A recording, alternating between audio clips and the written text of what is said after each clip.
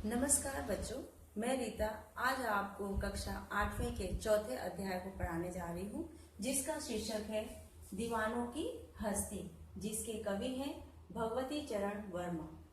सबसे पहले हम लोग शब्दार्थ देख लेते हैं। हस्ती, अस्तित्व। उल्लास का अर्थ होता है आनंद। आलम, दुनिया, माहौल। छपना, पूर्ण रूप से संतुष्ट होना। स्वच्छंद का अर्थ होता है स्वतंत्र या अपनी इच्छा अनुसार चलने वाला। आइए अब इस कविता का व्याख्या करते हैं। हम दीवानों की क्या हस्ती है, आज यहाँ कल वहाँ चले। मस्ती का आलम साथ चला, हम धूल उड़ाते जहाँ चले। दीवानों की हस्ती कविता की इन पंक्तियों में कवि कहते हैं कि दीवानों की कोई हस्ती नहीं होती, अर्थात वो इस घमंड में नहीं रहते कि वो बहुत बड़े आदमी हैं और ना ही उन्हें किसी चीज की कमी का कोई मलाल होता है।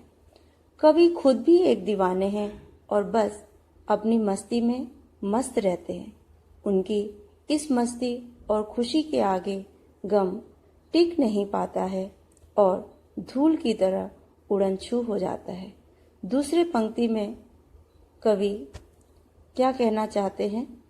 आए बनकर उल्लास अभी, आंसू बनकर वह चले अभी। सब कहते ही रह गए अरे, तुम कैसे आए कहाँ चले। दीवानों की हस्ती कविता की इन पंक्तियों में कवि ने यह कहा है कि दीवाने मस्त मौला लोग जहाँ भी जाते हैं वहाँ का माहौल खुशियों से भर जाता है। फिर जब वो उस जगह से जाने लगते हैं तो सब काफी दुखी हो जाते हैं। लोगों को उनके जाने का पता तक नहीं चलता। वो तो मन में ही अफसोस करते रहते हैं कि उन्हें मालूम ही नहीं हुआ कवि कब आए और कब चले गए। इस प्रकार कवि कह रहे हैं कि एक जगह टिक कर रहना उनका स्वभाव नहीं है। वो घूमते रहना पसंद करते हैं, इसलिए वो अक्सर अलग अलग जगह आते जाते रहते हैं। तीसरे पंक्ति में किस ओर चले यह मत पूछो, चलना है बस इसलिए चले। जग से उसका कुछ लिए चले, जग को अपना कुछ दिए चले। इस पंक्ति में कवि कहते हैं कि मुझसे मत पूछो कि मैं कहाँ जा रहा हूँ, मुझे तो बस चलते रहना है, इसलिए मैं चले जा रहा हूँ। मैंने इस दुनिया में कुछ ज्ञान प्राप्त किया है, अब मैं उस ज्ञान को बाकी लोगों के साथ बांटना चाहता हूँ, इसलिए मुझे निरंतर चलते रहना होगा। इस पंक्ति में कवि यह कहते हैं कि दो बात कही दो बात सुनी, कुछ हंसे और फिर कुछ रोए। छक कर सुख दुख के घूंटों को हम एक भाव से पिए चले। भगवती चरण वर्मा जी दीवानों की हस्ती कविता की इन पंक्तियों में कह रहे हैं कि वो जहाँ भी जाते हैं लोगों से खूब घुलते मिलते हैं, उनके सुख दुख बांटते हैं। कवि के लिए सुख और दुख दोनों भावनाएं एक समान हैं, इसलिए वो दोनों परिस्थितियों को शांत रहकर सहन कर लेते हैं। इस तरह कवि अपने मार्ग पर चलते हुए लोगों का दुख सुख बांटते हैं और उन्हें एक समान ढंग से ग्रहण करके आगे बढ़ जाते हैं। अगले पंक्ति में हम भिखमंगों की दुनिया में स्वच्छंद लुटाकर प्यार चले, हम एक निशानी सी उर पर ले असफलता का भार चले। इन पंक्तियों में भगवती चरण वर्मा जी कहना चाहते हैं कि ये दुनिया बड़ी ही स्वार्थी है। लोग स्वार्थ में इतने अंधे हैं कि बस भिखमंगों की तरह सबसे कुछ न कुछ मांगते ही रहते हैं। मगर कवि स्वार्थी नहीं है, इसलिए उन्होंने स्वार्थी दुनिया पर बिना किसी शर्त के अपना अनमोल प्यार लुटाया है। दोनों को प्यार बांटने का खूबसूरत एहसास हमेशा कवि के दिल में रहता है। उन्होंने दुनिया में कई बार असफलता और हार का स्वाद भी चखा है। वो कई बार असफल भी हुए हैं, लेकिन उसका बोझ उन्होंने कभी किसी दूसरे व्यक्ति पर नहीं डाला। इस तरह कवि ने स्वार्थी दुनिया को भरपूर प्यार दिया और अपनी नाकामयाबी का भार हमेशा स्वयं ही उठाया है।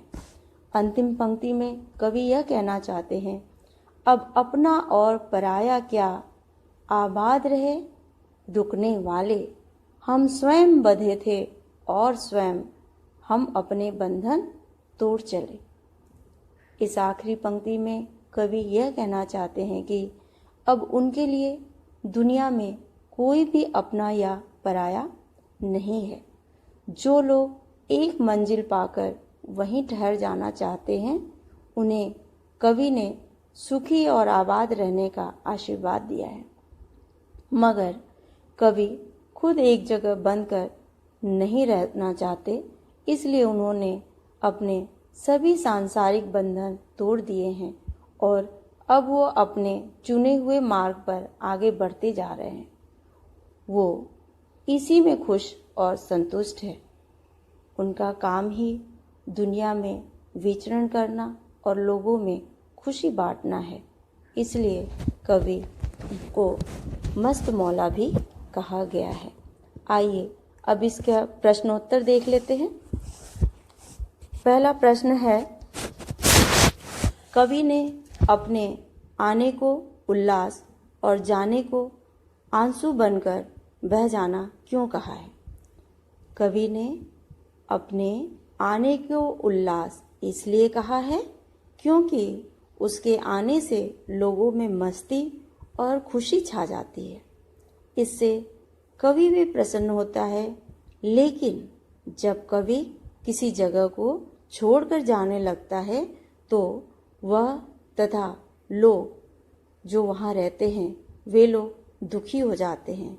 ऐसी विदाई की घड़ी में सबकी आंखों में आंसू होते हैं। इसलिए कवि ने अपने जाने को आंसू बनकर बह जाना कहा है। दूसरे प्रश्न में यह पूछा गया है कि भिखमंगों की दुनिया में बेरोक प्यार लुटाने वाला कवि ऐसा क्यों कहता है कि वह अपने हृदय पर असफलता का एक निशान भार की तरह लेकर जा रहा है? क्या वह निराश है या प्रसन्न है?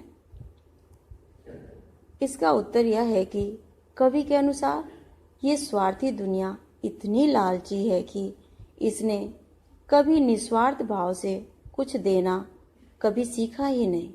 कवि ने जिंदगी भर लोगों को सच्चा प्यार दिया, लेकिन दुनिया ने उसे बदले में प्यार नहीं किया। इसी वजह से कवि निराश है। उसे लगता है कि वह लोगों के मन में प्रेम और खुशियों के बीज बोने में असफल ही रह गया। तीसरे प्रश्न में कवि पूछता है कि कविता में ऐसी कौन सी बात है जो आपको सबसे अच्छी लगी? इस कविता में मुझे कवि के जीवन जीने का नज़रिया सबसे अच्छा लगा। वो दुनिया की मोह माया से दूर सबको प्यार लुटाने में लगा है। साथ ही कवि जीवन में आने वाले सुख दुख का एक समान ढंग से सामना करता है। ऐसा व्यक्ति जीवन में सबसे ज़्यादा सुखी और संतुष्ट रहता है। अब यहाँ पे हमारे ये तीनों प्रश्न समाप्त होते हैं। मैं उम्मीद करती हूँ कि आपको यह पाठ अच्छे से समझ में आ गया होगा और आप इससे लाभान्वित होंगे। जय हिंद, जय भारत।